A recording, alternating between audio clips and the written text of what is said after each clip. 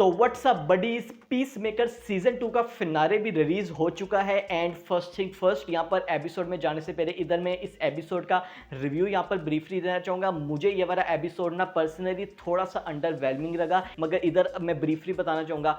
अगर इस वाले एपिसोड की सबसे पहले जो मैंने लेंथ देखी, मैं काफ़ी ज़्यादा एक्साइटेड हुआ था कि सही है, अभी तक जो है ना हमें जितने भी जो एपिसोड देखने को मिल रहे थे आधे घंटे के देखने को मिल रहे थे, मगर ये तकरीबन हमें जो 55 मिनट का भी एपिसोड देखने को मिलने जा रहा है, कुछ तो इसमें इंटरेस्टिंग होगा। मगर अगर हम लास्ट के 10 मिनट को निकाल देना, हमें जितनी भी जो चीज़ें देखने को मिली है ना, मुझे तो पर्सनली इधर अंडरवेलमिंग लगी हैं। अब मैं ये नहीं कह रहा हूँ कि मैं कोई कैमियो एक्सपेक्ट कर रहा था, मैं इधर जो है ना क्लार्क कैंट को एक्सपेक्ट कर रहा था कि हमें वो देखने को मिल जाएगा, सुपरमैन आ जाएगा, लेक्स लूथर आ जाएगा और डीसी के हमें कैमियोज देखने को मिल जाएंगे। ये वाली चीज़ मैं बिल्कुल भी एक्सपेक्ट नहीं कर रहा था और जेम्स गन ने भी कह दिया था हमें सुपरमैन नहीं देखने को मिलेगा। मगर जिस तरह से हमें चीज़ें यहाँ पर दिखाई गई है ना, एज सच फील हुआ है। मैं इसको कोई काफ़ी ख़राब नहीं कह रहा हूँ, ये नहीं कह रहा हूँ कि काफ़ी बेकार इसका फिनाले था, मगर जैसे हम फिनाले देखते हैं ना, जैसे हमें आदत है, लाइक हमने पीस मेकर सीजन 1 का फिनाले देखा था, जितने भी हमें जो सीरीज देखने को मिलती है, ऐसा लगा कि ना जो सीरीज है ये इस्टेब्लिश कर रही है फ्यूचर डीसीयू को, जो कि सेंस भी बनता है जेम्स गन की। अगर हम माइंडसेट की बात करें, वो ये वाली चीज करते हैं। मगर अगर मैं सीरीज इटसेल्फ के फिनाले की बात करता हूं, सिर्फ अगर मैं सीजन 2 की बात करता हूं, तो इसका जो फिनाले है और हमें थोड़ा सा बेटर देखने को मिल सकता था। मुझे जो है ना इधर यहां पर लगता है जिस तरह से जो हमें काफी फास्ट पेस पर चीजें दिखाई गई है ना, ये इसके बारे में मैं इधर बात करना चाह रहा हूं। अब हम आ जाते हैं इस वाले एपिसोड में, क्योंकि एपिसोड में तो हमें काफी ज्यादा चीजें देखने को मिली हैं, क्योंकि आखिरी के जो 10 मिनट में हुआ है वो काफी ज्यादा इंपॉर्टेंट है और ये फ्यूचर डीसीयू को काफी बड़ी तरह से सेटअप करता है। एपिसोड की जो हम स्टार्टिंग की बात करते हैं, एज एक्सपेक्टेड हमें फ्लैशबैक के साथ देखने को मिलती है, क्योंकि जो क्रिस्टोफर स्मिथ है और एमिलिया हार्टकोट है, इनका पास जो है ना दिखाना काफी ज्यादा इंपॉर्टेंट था, क्योंकि अभी तक ये जो सब टीज कर रहे थे एक्चुअली में हुआ क्या था हमें वो पता लग जाता है। सबसे पहले तो हमें इधर एक रेस्टोरेंट देखने को मिलता है, जिसका हमें नाम देखने को मिलता है बिग बेरी बर्गर। अब ये जो रेस्टोरेंट है, फूड चेन है, ये काफी ज्यादा डीसी की हमें पॉपुलर देखने को मिलती है, प्रीवियस एपिसोड में भी देखा है, एंड मोस्ट इंपॉर्टेंटली हमने इसको सुपरमैन में भी देखा है, बिग बेरी बर्गर को। तो ये भी जो है ना एक इधर ईस्टर एग और रेफरेंस था। सेकंड चीज के बारे में बात करते हैं, हमें जो कन्वर्सेशन देखने को मिलती है, एमिलिया हार्टकोट इधर जो एडी बाय होती है उससे अगेंस्ट यहाँ पर बात कर रही होती है। वो यही कहती है कि कैसे उसने जो अपनी मदर को इधर फंसाया है, कि कैसे ये जो सारा कलता धलता है ये उसकी मदर यानी कि अमेंडा वॉलर का, ये उसको नहीं करना चाहिए था। और ये हम सब जानते हैं कि एमिलिया हार्टकोट यहाँ पर इसके अगेंस्ट क्यों है, क्योंकि एडी बायो की जो मदर है यानी कि अमेंडा वॉलर, जब वो अंदर चली गई थी यानी कि उससे इन्वेस्टिगेशन हो रही थी, तो उसने जो एमिलिया हार्टकोट है उसको इधर आर्ग्यूस की टीम से हटा दिया था। तो इस वजह से उसके दिल में यहाँ पर अमेंडा वॉलर के लिए थोड़ी सी नफरत तो मौजूद है। मगर आगे जाके हमें इन दोनों के दरमियान एक कन्वर्सेशन देखने को मिलती है विच इज़ क्वाइट इंपॉर्टेंट, और हमें उधर बोट वाला सीन देखने को मिलता है। और जब हम लोग सब स्पेकुलेट कर रहे थे कि कुछ ना कुछ तो ऐसा ही हुआ होगा, हमें इनके दरमियान एक लव एंगल देखने को मिला होगा, मगर उसके बाद एमिलिया हार्टकोट वहां से चली गई होगी। एंड गेस व्हाट, एग्जैक्टली इधर ऐसा ही होता है। हमें एक ब्यूटीफुल मूवमेंट देखने को मिलता है जहां पर ये क्वालिटी टाइम स्पेंड करते हैं, और बैंड का भी हमें उधर सॉन्ग देखने को मिलता है। और जेम्स गन का हमें पता है कि वो कितने ज्यादा जो है ना शौकीन है ऐसे सॉन्ग्स के, तो उनके जो प्रोजेक्ट्स है ना उसमें तो आप लोग सॉन्ग्स हो गया, बैंड्स हो गए,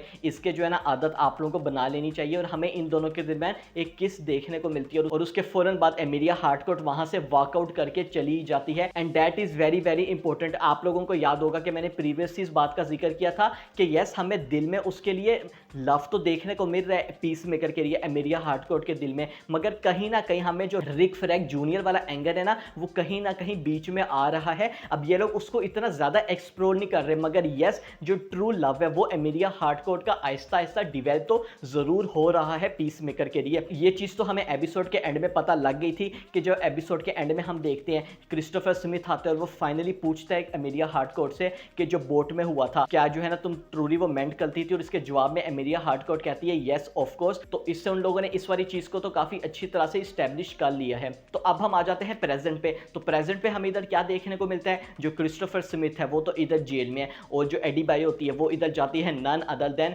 विजिलेंटी के पास, और हमें हमें पता है कि जो विजिलेंटी है उसके पास इधर काफ़ी ज़्यादा पैसे हैं जो कि उसने इलीगल पैसे वो उसको कहता है, मगर वो क्या करते हैं, वो इन्हीं पैसों का यूज़ करते हैं जो क्रिस्टोफर स्मिथ है उसको उसकी बेल कराने में, यानी कि उसको जेल से निकालने में। अब इधर आप लोगों के जहन में ये वाला क्वेश्चन आ सकता है कि इतनी आसानी से पीसमेकर को उन्होंने जाने कैसे दे दिया, मतलब जो आर्ग्यूस है, जो रिक फ्रैंक सीनियर है, उसको तो पीसमेकर चाहिए था तो उसने जेल से कैसे जाने दे दिया। एंड इसका आंसर काफ़ी ज़्यादा सिंपल है, क्योंकि जो रिक फ्रैंक सीनियर है उसके पास जो है ना एक अलग लेवल का प्लान था जिसको हमने लास्ट के 10 मिनट्स में देखा है फिनाले के। एंड सेकंड चीज़ ये कि उसको जो चाहिए था उसको वो मिल गया। उसको क्या चाहिए था, उसको QUC यानी कि क्वांटम अनफोल्डिंग चेंबर चाहिए था जो कि मल्टीवर्स में जा सके, वो उसको मिल चुका है। तो इसका मतलब कि अभी तक जो उसका पीसमेकर से जो काम है ना वो कंप्लीट हो चुका है, उसको ज़रूरत नहीं है। उसको पता हो कि यार मुझे जब इसको पकड़ना है ना मैं इसको आसानी से पकड़ लूँगा, ये उसके लिए इतनी ज़्यादा मुश्किल की बात नहीं है, क्योंकि अब ये ज़्यादा से ज़्यादा कहाँ पर ही जा सकता है, QUC तो हमारे पास मौजूद है। तो इसकी ये काफ़ी ज़्यादा सबसे बड़ी मेन रीज़न है। मगर हमें पीसमेकर का स्मिथ का पर्सपेक्टिव ये दिखाया जाता है,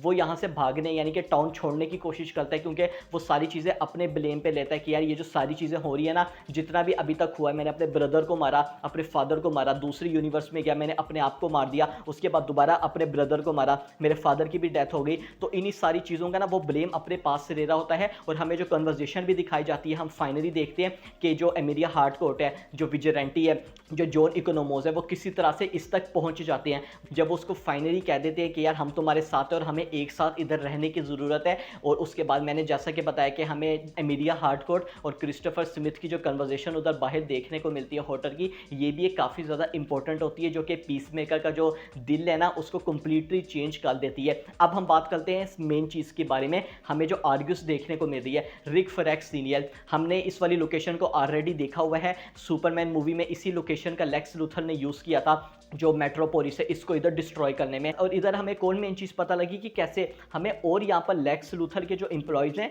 वो इधर देखने को मिल चुके हैं। हमने देखा था, हमें हाइपरसन देखने को मिला था जो कि लेक्स लूथर के अंडर काम करता है, मगर हम इधर क्लियरली देख सकते हैं हमें और एम्प्लॉयज़ इधर देखने को मिल रहे हैं, और आदमी और इधर लोग देखने को मिल रहे हैं। और ये वही लोग हैं जिनको हमने सुपरमैन में भी देखा था जो कि लेक्स लूथर के अंडर काम कर रहे थे इस वाली चीज़ में। और एक और ईस्टर एग के बारे में हम इधर बात करेंगे, एक लेटर भी रिसीव होता है रिक फ्रैंक सीनियर को none other than Rex Luther की तरफ से, और उस वाले लेटर में हमें एक डायमेंशन देखने को मिलती है जिधर जो आर्ग्यूज की टीम है वो अलग अलग डायमेंशन में जा रही है, और इधर हमें एक ब्लैक होल टाइप डायमेंशन देखने को मिलती है। और इस वाली तस्वीर में लेक्स लूथर यही लिखता है कि जो है ना ये मुझे काफ़ी ज़्यादा इंटरेस्टिंग लग रहा है। अब इससे क्या सेटअप होता है, इससे इन लोगों ने ये वाली चीज़ को रिवील कर दिया है कि लेक्स लूथर और रिक फ्रैंक सीनियर अब एक साथ इधर काम कर रहे हैं, and that is very very important for the DCU future. और अगर मैं स्पेसिफिकली बात करूं for the man of tomorrow. और दूसरी चीज़ हमें ये देखने को मिलती है कि जो जितने भी टीम होती है जिसमें एमिलिया हार्डकोर्ट भी होती है, ये अलग अलग डायमेंशन में इधर जा रहे होते हैं, और काफ़ी ज़्यादा हमें अमेजिंग यूनिवर्सेस देखने को मिलती है। और अगर मैं बात करूँ तो मैंने ब्लैक होल की बात की,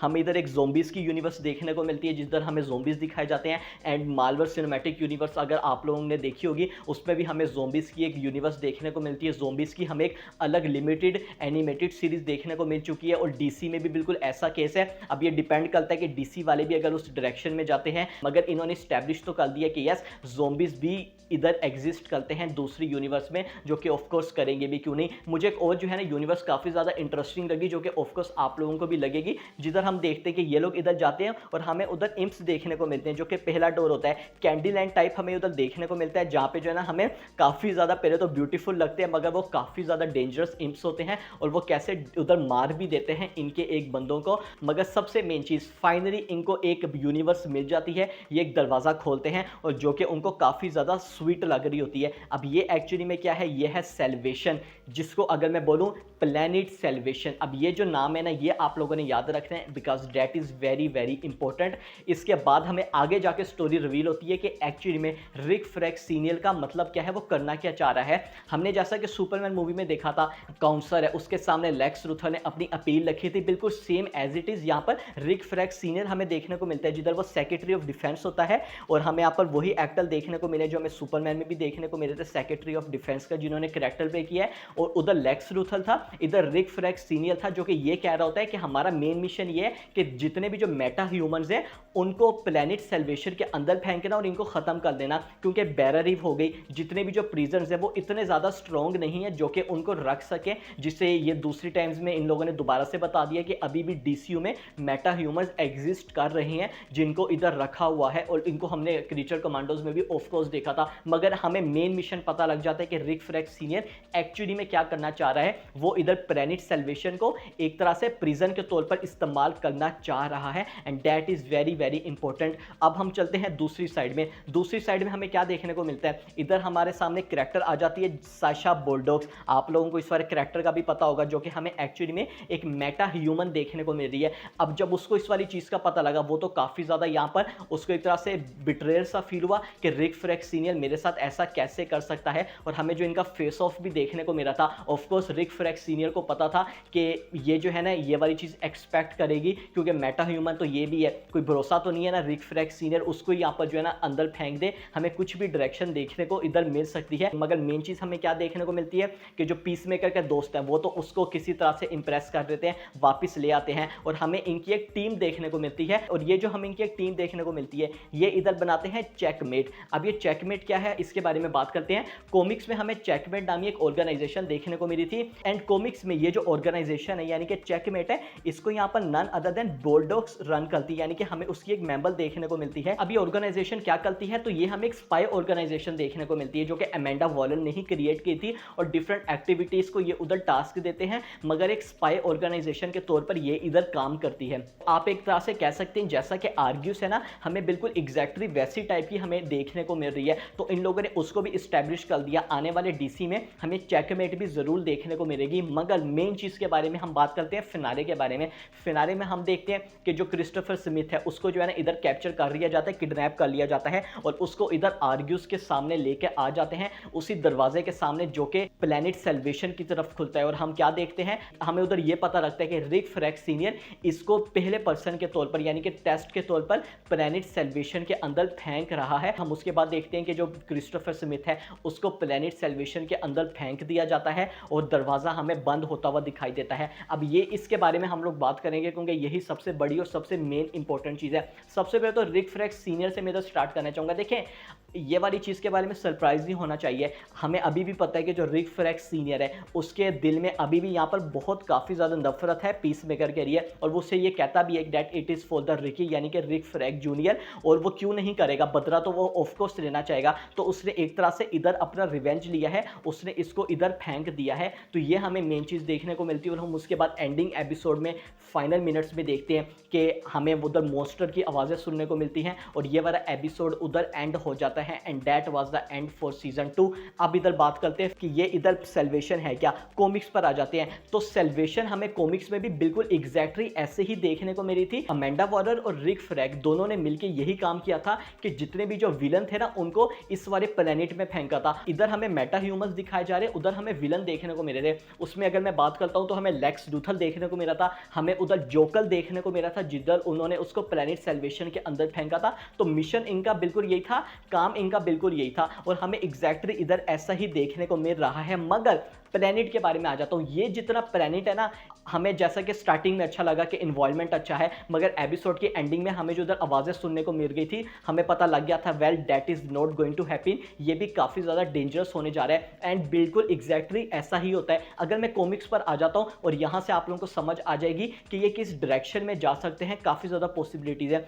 कॉमिक्स में हमने ये देखा था कि जब जोकर भी आ गया था, लेक्स लूथर भी आ गए थे, और भी काफ़ी ज़्यादा इधर विलन्स थे, तो दोनों की हमें इधर एक टीम देखने को मिल गई थी। लेक्स लूथर यहाँ पे वापस जाना चाहता था, जोकर वहीं पर ही जो है ना अपना रन करना चाहता था, उधर जो है ना इवलनेस फैलाना चाहता था, मगर उसको क्या पता है कि वो ऑलरेडी ही काफ़ी ज़्यादा इवल प्लेनेट है। और उधर इन लोगों की वापसी कैसे हुई, यानी कि ये प्लेनेट में अर्थ में जो मेन डीसी यूनिवर्स है उसमें कैसे है, नन अदर देन ब्रेनियक विलन की वजह से, और उसकी मदद से ये लोग जो है ना वापस अपने यूनिवर्स में चले गए। अब मैंने इधर नाम लिया है ब्रेनियक का, अगर तो आप लोगों को पता होगा, ज़्यादा पीछे जाने की ज़रूरत नहीं है, मैंने भी इस वाली चीज़ को बताया था कि जेम्स गन ने टीज किया है कि ब्रेनियक हमें मैन ऑफ टुमारो में भी देखने को मिल सकता है। मैंने जैसा कि बोला काफ़ी ज़्यादा पॉसिबिलिटीज़ हैं। अब डॉट कनेक्टिंग जो है ना वो आप लोग खुद करना चाहें तो कर सकते हैं कि हमें ये वाली स्टोरी उधर देखने को मिलेगी कि कैसे ऐसा ही होगा, जो ब्रेनियक होगा उसकी वजह से किसी तरह से जो पीस मेकर है वो डीसीयू यूनिवर्स में दोबारा से आ जाएगा। काफ़ी ज़्यादा पॉसिबिलिटीज़ है। और अब मैं इधर फाइनल चीज़ के बारे में बात करूंगा,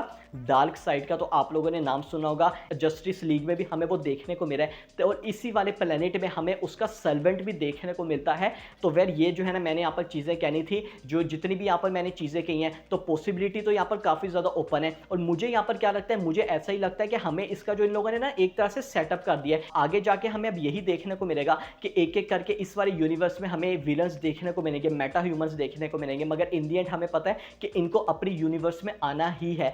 अब सीजन 3 इसका कंफर्म तो नहीं हुआ, मगर मुझे नहीं लगता कि ये सीजन 3 तक जाएगा। हो सकता है जो हमें अमेंडा वॉलर की सीरीज देखने को मिलने जा रही है या सुपरमैन की भी हमें जो मूवी देखने को मिलेगी उसमें तो ऑफकोर्स हमें सब कुछ पता लग ही जाएगा। तो चीज़ें तो यहाँ पर काफ़ी ज़्यादा होने जा रही हैं। ब्रेनियक का इसमें क्या रोल होगा, रेक्स लूथर का क्या रोल होगा, इसके बारे में भी जो है ना काफ़ी ज़्यादा यहाँ पर थ्योरीज सामने आ सकती है। तो बोसो वाला वीडियो में ये था। वीडियो अच्छी लगी लाइक कर दीजिएगा, सब्सक्राइब करना मत भूलिएगा। I will see you guys in my next video.